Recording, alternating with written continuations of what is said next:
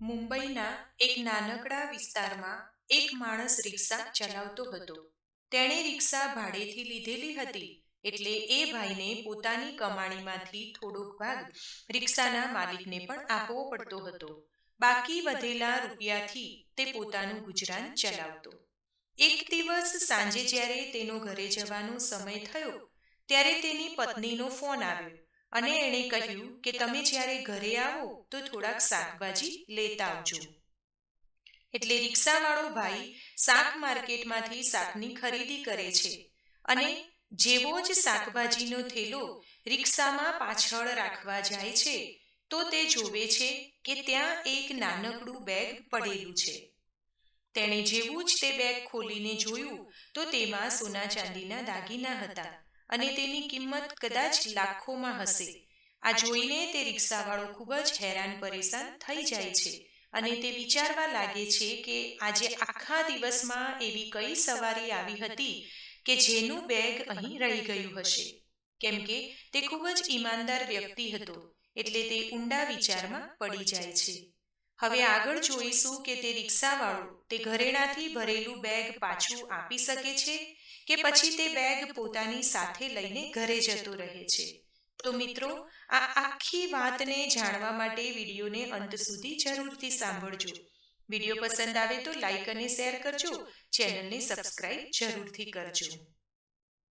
તો મિત્રો, આ વાત છે કચ્છના એક ગામડામાં રહેવાવાળા ગણપતની. ગણપત જે થોડું ઘણું ભણેલો હતો અને તે નાના મોટા કામ કરતો હતો. તે દરમિયાન તેને એક છોકરી સાથે પ્રેમ થાય છે અને તે છોકરી તેની જાતિની નહોતી. કચ્છના જે ગામડામાં તે રહેતો હતો ત્યાં આવી રીતે અન્ય જાતિમાં કોઈ લગ્ન કરી શકતું નહોતું અને ગણપત તે છોકરીને ખૂબ જ પ્રેમ કરતો હતો. એટલે તે વિચારે છે કે હું તેને મારી સાથે લઈને ભાગી જાઉં. અમે ક્યાંક દૂર જઈને આરામથી પોતાની જિંદગી વિતાવીશું. તે બંને જણા એકબીજાને ખૂબ જ પ્રેમ કરતા હતા, એટલે તે બંને જણા કચ્છથી ભાગીને મુંબઈ પહોંચી જાય છે અને લગ્ન કરી લે છે.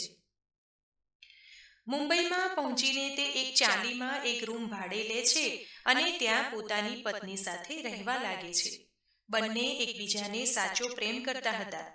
થોડા દિવસો સુધી આવી રીતે જ સમય વીતતો રહ્યો, પરંતુ થોડા દિવસો પછી તેને અહેસાસ થાય છે કે જો મુંબઈ જેવા મહાનગરમાં જીવતા રહેવું હશે તો કંઈક ને કંઈક કામ તો કરવું જ પડશે. ગણપત એક ઈમાનદાર છોકરો હતો અને ખૂબ મહેનતુ પણ. તે વિચારે છે કે હું એક રિક્ષા લઈ લઉં અને રિક્ષા ચલાવીને મારા પરિવારનું ભરણ પોષણ કરીશ.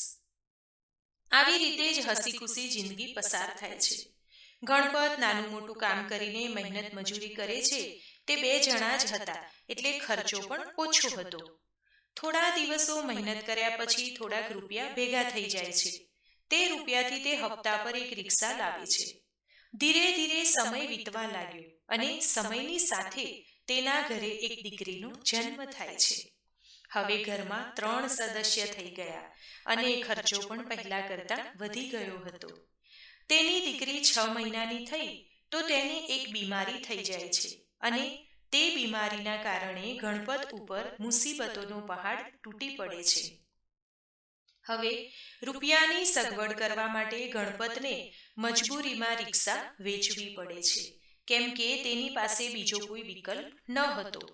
રિક્ષા વેચીને તે રૂપિયાથી ગણપત પોતાની દીકરીનો ઈલાજ કરાવે છે. ઈલાજ કર્યા પછી સ્વસ્થ થઈને દીકરીને લઈને ઘરે આવે છે. દિવસો વીતતા ગયા.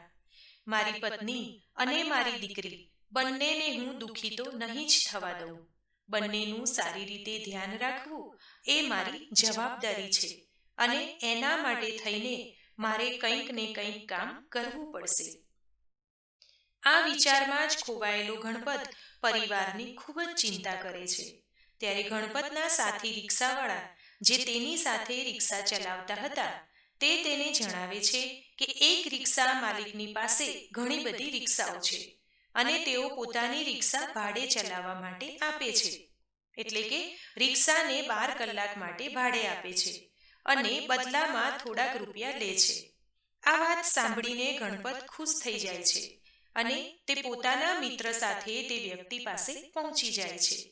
તેમને બધી વાત જણાવે છે અને વાતોમાં જ એ નક્કી થઈ જાય છે કે તે 12 કલાક માટે રિક્ષા ભાડા પર ચલાવશે, જેનું રોજનું ભાડું 500 રૂપિયા ચૂકવવું પડશે અને 500 રૂપિયા પછી જે પણ કમાણી હોય એ બધી તે રાખી શકે છે. ગણપત રિક્ષા ચલાવવાનું શરૂ કરી દે છે. સમય પસાર થતો રહ્યો અને પોતાના જીવન નિર્વાહ માટે જેટલા રૂપિયા જોઈતા હતા એટલા રૂપિયા તે રિક્ષામાંથી કમાઈ લેતો હતો. આમ કરતા કરતા જ તેની દીકરી મોટી થઈ જાય છે. હવે સ્કૂલમાં એડમિશન કરાવવું પડે છે. ગણપત પોતાની દીકરીનું એક સરકારી શાળામાં એડમિશન કરાવે છે. દીકરી ભણવા લાગી હતી એટલે હવે ખર્ચ પહેલા કરતા વધી ગયો. ગણપત હજી વધારે મહેનત કરે છે. 12 કલાકને બદલે હવે તે 16 કલાક રિક્ષા ચલાવે છે. એક દિવસ સાંજે ફેરા કર્યા પછી ગણપત ઘરે જવા માટે તૈયાર હતો. ત્યારે જ તેની પત્નીનો ફોન આવે છે અને કહે છે કે ઘરે આવતી વખતે થોડાક શાકભાજી લેતા આવજો. ગણપત શાકભાજી ખરીદવા માર્કેટમાં જાય છે અને શાક ખરીદે છે.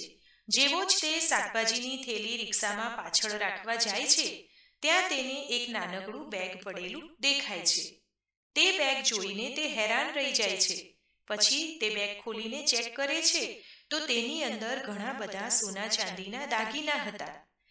એને એવું લાગી રહ્યું હતું કે આ દાગીનાની કિંમત લગભગ 10 લાખ રૂપિયાની આસપાસ તો હશે જ. સાંજ પડી ગઈ હતી.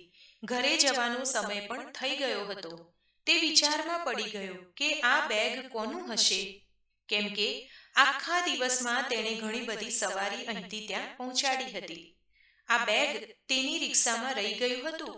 તે એક કરોડપતિ મહિલા હતી. તેનું નામ હતું અવંતિકા. અવંતિકાના પતિ ખૂબ જ મોટા બિઝનેસમેન છે અને તેમની પાસે રૂપિયાની કોઈ કમી નથી. આજના દિવસે જ સવારમાં અવંતિકા પોતાના ડ્રાઈવર સાથે માર્કેટ ગઈ હતી.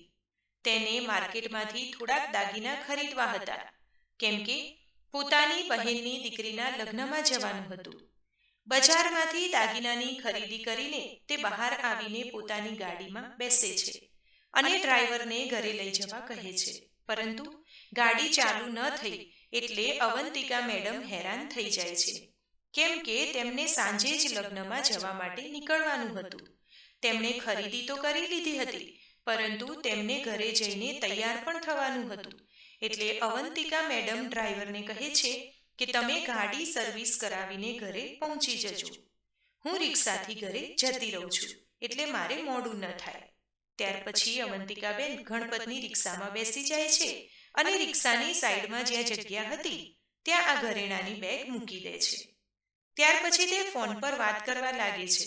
જેવું જ તેમનું ઘર આવે છે તો તે બેગ લીધા વગર જ ફોન પર વાત કરતા કરતા રિક્ષામાંથી ઉતરી જાય છે અને રિક્ષાવાળાને પૈસા આપીને સીધા ઘરમાં જતા રહે છે. ઘરે જઈને લગ્નમાં જવાના સમયે તે ઘરેણાં શોધવા લાગે છે તો હેરાન થઈ જાય છે, કેમ કે દાગીના તેમને ક્યાંય મળ્યા નહીં. તે વિચારવા લાગ્યા કે આ દાગીના તે ક્યાં ભૂલી ગયા હશે. કદાચ એ દુકાનમાં જ ભૂલી ગયા હોય. એટલી વારમાં તો તેમનો ડ્રાઈવર ગાડી ઠીક કરાવીને ઘરે આવી જાય છે. એટલે અવંતિકાબેન ગાડીમાં બેસીને ડ્રાઈવર સાથે સીધા જ ઘરેણાં ખરીદેલા તે દુકાને પહોંચી જાય છે. ત્યાં જઈને તપાસ કરે છે. સીસીટીવી કેમેરા પણ ચેક કરાવે છે, જેમાં જુએ છે કે તે ત્યાંથી નીકળ્યા ત્યારે દાગીનાનું બેગ તેમના હાથમાં જ હતું. એટલે હવે તે વિચારે છે કે કદાચ હું જે રિક્ષામાં બેઠી તેમાં જ બેગ રહી ગયું હશે. એટલે ત્યાર પછી ત્યાં જેટલા પણ રિક્ષાવાળા હતા તે બધાને પૂછે છે, પણ તેમને કંઈ જ માહિતી મળતી નથી. હવે અવંતિકા મેડમ થોડા ચિંતામાં આવી જાય છે અને પછી તેઓ પોલીસ સ્ટેશન પહોંચી જાય છે. કદાચ બની શકે કે આ બેગ કોઈને મળી હોય અને તે નજીકના પોલીસ સ્ટેશનમાં આ બેગ આપવા માટે આવ્યું હોય. તેઓ પોલીસ સ્ટેશનમાં રિપોર્ટ લખાવડાવે છે, પરંતુ ત્યાં પણ તેમને એવી કંઈ ખબર નથી પડતી કે તેમનું બેગ કોઈને મળ્યું હોય. એટલે તેઓ થાકીને ઉદાસ થઈને પોતાના ઘરે પાછા આવી જાય છે.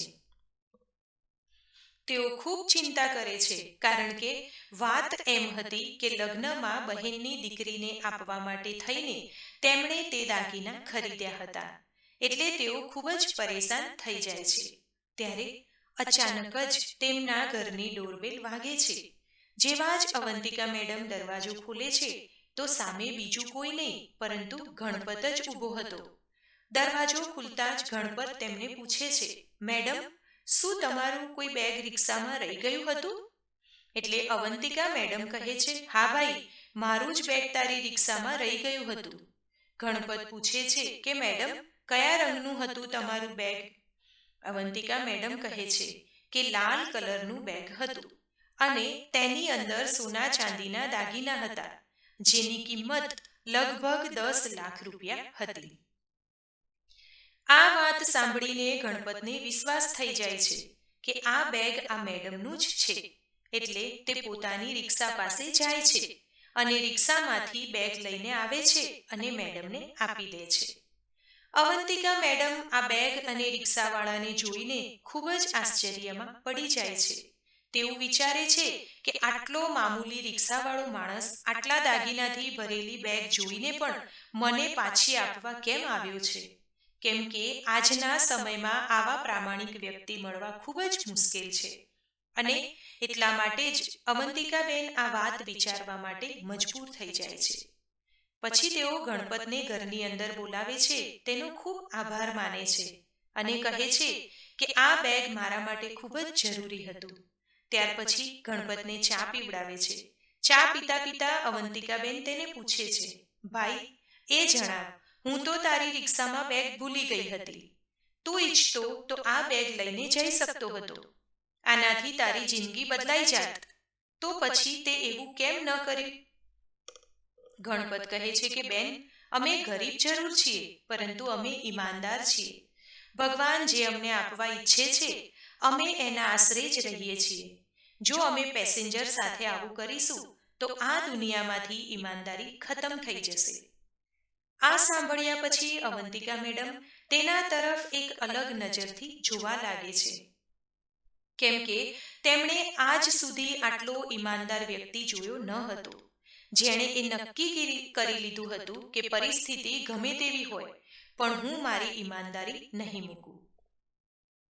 હવે અવંતિકાબેન ગણપતને કહે છે કે હું તારા માટે કંઈક કરવા માંગુ છું. તું તારો નંબર અને નામ લખીને આપી જા. ગણપત પોતાનું નામ અને નંબર લખીને આપે છે, પરંતુ મેડમને કહે છે કે મેડમ, અમારા માટે કંઈ પણ કરવાની જરૂર નથી. અમે જેમ પણ છીએ એમ ઠીક છીએ. ભગવાન અમને એટલું તો આપી જ દે છે કે જેનાથી અમારું ગુજરાન સરળતાથી ચાલી જાય. આવું કહીને ગણપત ત્યાંથી જતો રહે છે. અહીં અવંતિકા મેડમને પોતાની બહેનની દીકરીના લગ્નમાં જવા માટે મોડું થઈ રહ્યું હતું. એટલે તેઓ જલ્દી તૈયાર થઈને તે દાગીનાની બેગ લઈને ગાડીમાં બેસીને પોતાના ડ્રાઈવર સાથે બહેનની દીકરીના લગ્નમાં જતા રહે છે. તેઓ લગ્નમાં ગયા, ઘરે આવ્યા, પરંતુ રિક્ષાવાળાનો ચહેરો તેમની આંખોની સામે જ ફરી રહ્યો હતો. તેઓ ગણપત વિશે વિચારીને ખૂબ જ હેરાન થતા હતા અને વિચારવા પર મજબૂર થઈ ગયા કે આ માણસ આટલો ઈમાનદાર કઈ રીતે હોઈ શકે. બીજા દિવસે અવંતિકા મેડમ પોતાના ડ્રાઈવર સાથે બજારમાંથી ઘણી બધી મીઠાઈઓ, કપડાં અને ખાવા પીવાનો અન્ય સામાન ખરીદે છે અને લઈને ગણપતે આપેલા એડ્રેસ પર પહોંચી જાય છે. ગણપત જ્યાં રહેતો હતો તે ચાલીમાં જ્યારે આ મોટી ગાડી આવે છે તો ચાલીમાં રહેવાવાળા બધા હેરાન થઈ જાય છે, કેમ કે તે ખૂબ જ મોંઘી ગાડી હતી અને આવી કાર આજ સુધી ક્યારેય તેમની ચાલીમાં આવી નહોતી. ત્યારબાદ તેમાંથી અવંતિકાબેન ઉતરે છે અને સીધા જ ગણપતના ઘરે પહોંચી જાય છે. ત્યાં પહોંચ્યા પછી તેઓ જુએ છે કે ગણપતની પત્ની ઘરમાં કંઈક કામ કરી રહી હતી. જેવી જ તે અવંતિકા મેડમને જુએ છે તો હેરાન રહી જાય છે ને વિચારવા પર મજબૂર થઈ જાય છે કે આ મેડમ કોણ છે અને અહીં શું કામે આવ્યા છે. પરંતુ અવંતિકા મેડમે પહેલેથી જ ગણપતને ફોન કરી દીધો હતો અને કહી દીધું હતું કે આવતી વખતે તારી દીકરીને પણ સ્કૂલેથી પાછી લેતો આવજે. એટલી જ વારમાં ગણપત પણ પોતાની દીકરીને લઈને ઘરે પહોંચી જાય છે. ત્યાં આવીને તે અવંતિકા મેડમ અને પોતાની પત્નીનો એકબીજા સાથે પરિચય કરાવે છે અને એકબીજા વિશે જણાવે છે.